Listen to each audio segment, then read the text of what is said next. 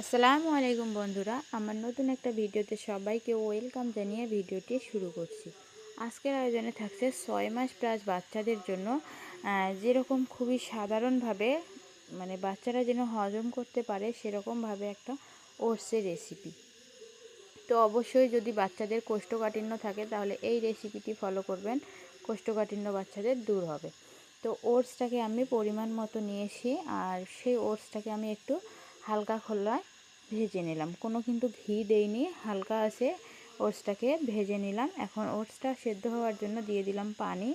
আর এখানে আমি একটা আপেলের 1/4 ভাগ নিয়েছি গ্রেট করে।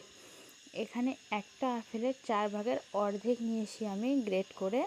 আর গ্রেট করে নেওয়ার কারণে কিন্তু আপেলটা খুব তাড়াতাড়ি সেদ্ধ হয়ে যাবে, আর বাচ্চারা কিন্তু খুব সহজেই আপেল হজম করতে পারে। আর দিয়ে দিলাম একটা খেজুর, বীজটা ছাড়িয়ে টুকরো টুকরো করে দিয়ে দিলাম। আর এই গরম পানিতে করে সেদ্ধ হয়ে যাবে খেজুরটা। আর খেজুরের মধ্যে থাকা বীজটা তো ফেলেই দিয়েছি, আর খেজুরের উপরের খোসাটাও একটু পরে ছাড়িয়ে নিতে পারবে। তো আপেল, খেজুর আর ওটসগুলো সেদ্ধ করে নিতে বেশি একটা সময় লাগবে না, খুব তাড়াতাড়ি সেদ্ধ হয়ে যাবে। আর এই খাবারটা তোমরা 6 মাস প্লাস বাচ্চাদের জন্য খাওয়াতে পারো। 6 মাস থেকে বাচ্চাদেরকে 2 বছর 3 বছর পর্যন্ত খাওয়াতে পারো। এখানে আপেল রয়েছে, খেজুর রয়েছে।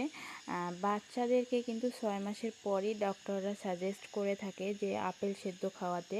তো এই কারণে আমি ওটসটা আপেল দিয়েই রান্না করেছি, বাচ্চারা খুব সহজে হজম করতে পারবে এবং বাচ্চাদের আপেলও খাওয়া হয়ে যাবে। এই খাবারটা বাচ্চাদের সকালেও দিতে পারো, দুপুরেও দিতে পারো, কিংবা রাতেও দিতে পারো, যে কোনো সময় দিতে পারো। বাচ্চারা খুব সহজেই হজম করবে, আর কোষ্ঠকাঠিন্য থাকলে সেটাও দূর হয়ে যাবে আশা রাখছি।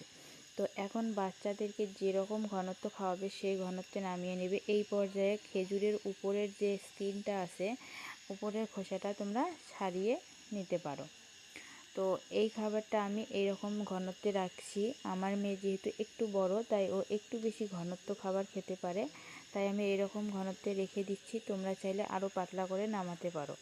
তো খাবারটি কেমন লাগলো অবশ্যই কমেন্টে জানাবে। খাবারটি যেহেতু 6 মাসের বেবি, তাই আমি এখানে লবণ বা চিনি কিছুই ব্যবহার করিনি। আপেল আর খেজুরের মিষ্টিতে খাবারটি এমনিতেই ন্যাচারালভাবেই মিষ্টি হয়ে যাবে। তো যাই হোক বন্ধুরা, ভিডিওটি এখানেই শেষ করছি। ভালো থাকবেন, সুস্থ থাকবেন, আল্লাহ হাফেজ।